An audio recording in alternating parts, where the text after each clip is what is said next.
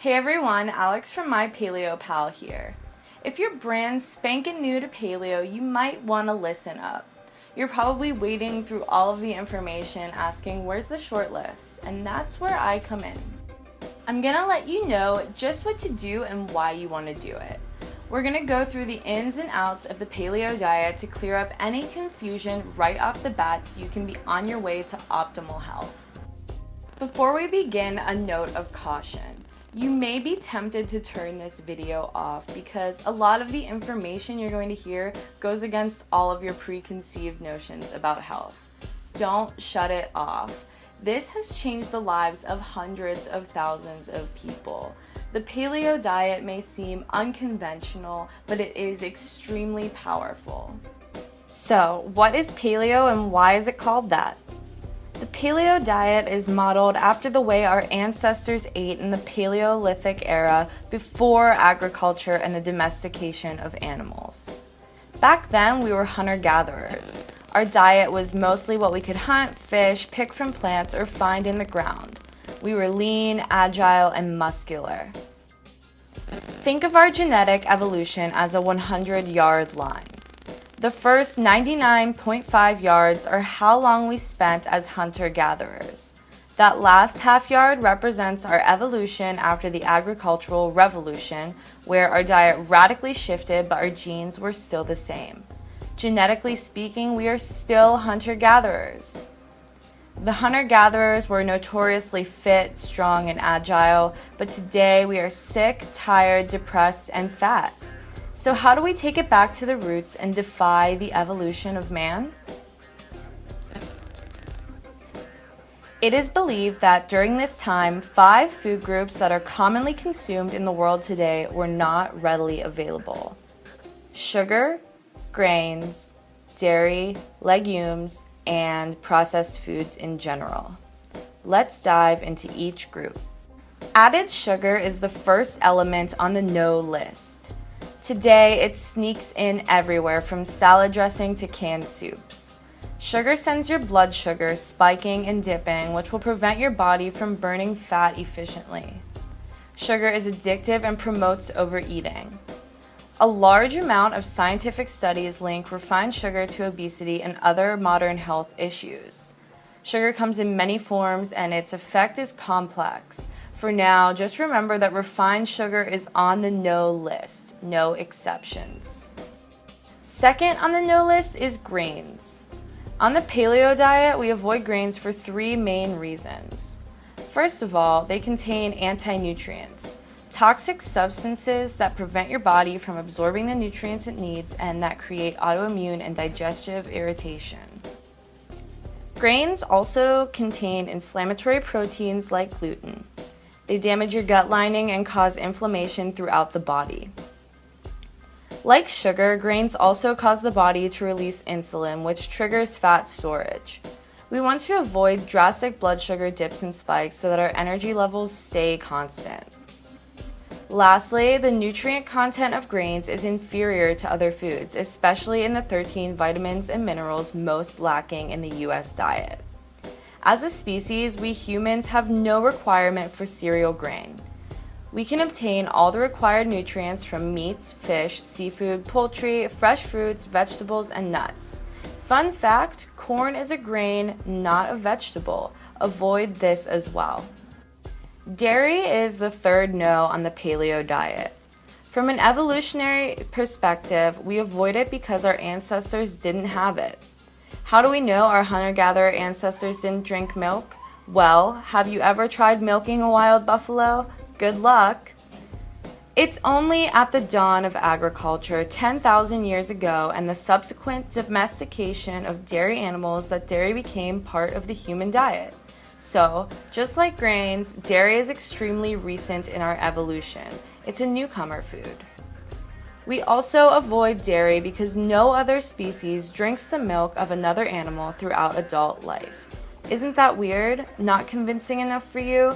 Processed cow's milk contains growth hormones, bacteria, and antibiotics and also produces a strong insulin response. Another telltale sign that something is wrong with dairy. 65% of all people on the planet can't consume it without experiencing some form of digestive distress. More than half of the human population is lactose intolerant.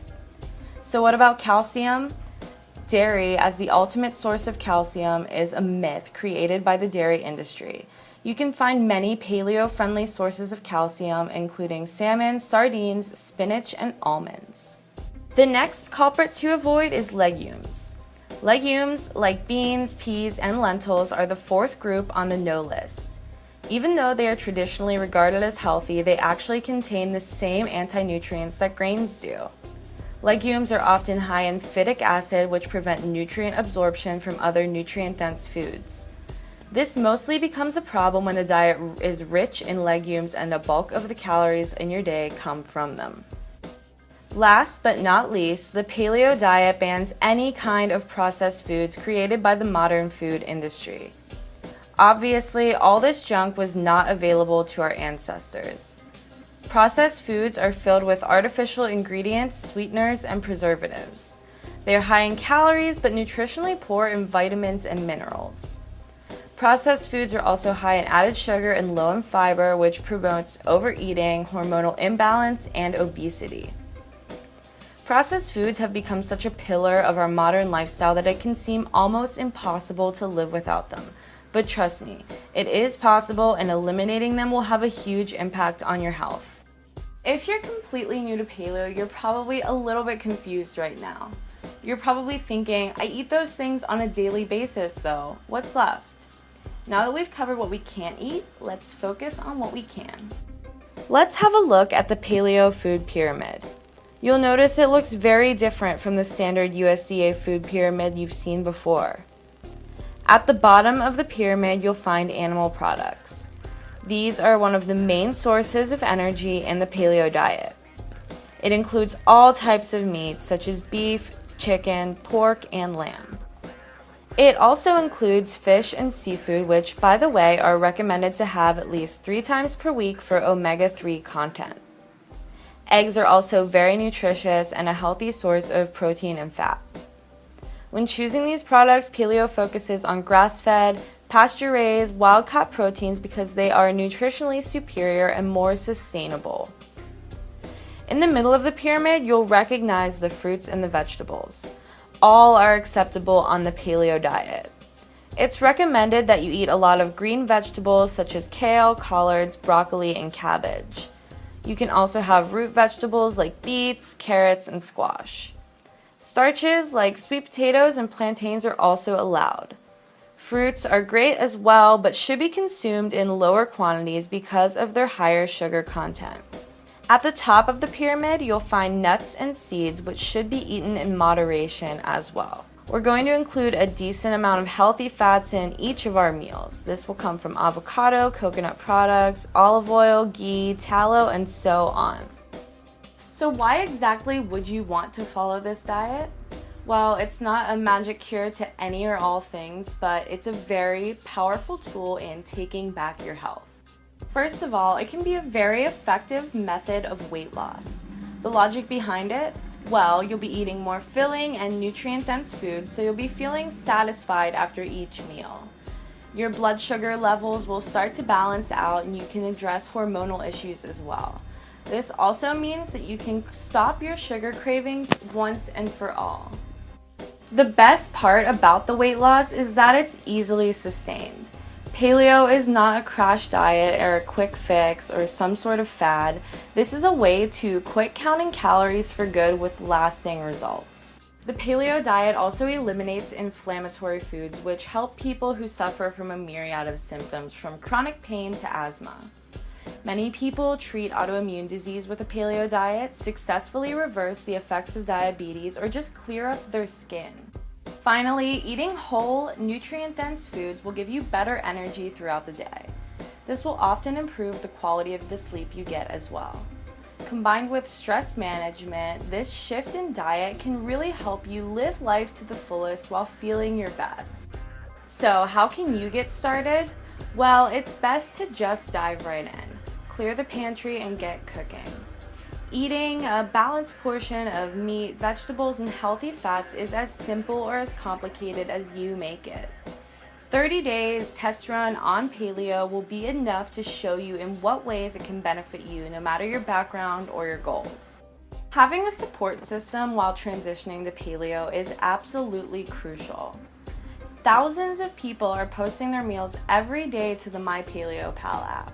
They're there to inspire you with what's on their plate. You are not alone. Come join a like-minded community who will always offer you encouragement and support. If you need extra guidance and support, we run a challenge group called the 30-Day Kickstart at the beginning of each month. You'll learn more about this later. The paleo diet is a long-term solution to many modern health problems and the key to you living your most vibrant and healthy life. If you have a solid foundation set up and a willingness for a new experience, you are ready to go on this journey. Just remember the 5 no's and best of luck to you.